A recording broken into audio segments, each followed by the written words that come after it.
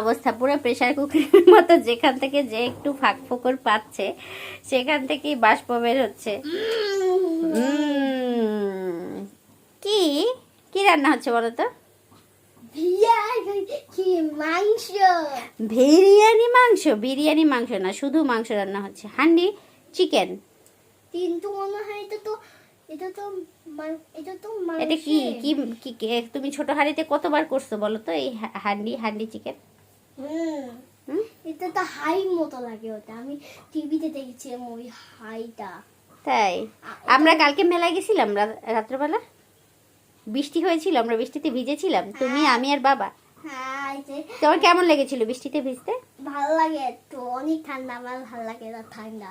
তাই? হ্যাঁ দেখো ওই হাইটা অনেক ভালো। তাই? হাইটা তো কালো, তো এই জন্য। কালো জিনিস ভালোই হয় তাই না? আর নীল জিনিস তো পচাই হয়। হ্যাঁ দেখছো? দেখো ওই এই হাইটা খুশখুশ করে, ফুসফুস করে, এই যে হ্যাঁ। এই যে বাষ্প বের হচ্ছে হাঁড়ি থেকে, দেখো এই সাইড থেকে বাষ্প বের হতে যাচ্ছে।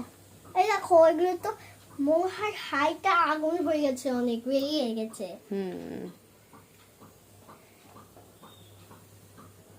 আচ্ছা চলো আমরা এখন ভাত খেয়ে নিই, তারপর রান্না হতে থাকুক। ওকে। আচ্ছা আমি মাংস দিয়ে হাই করবো।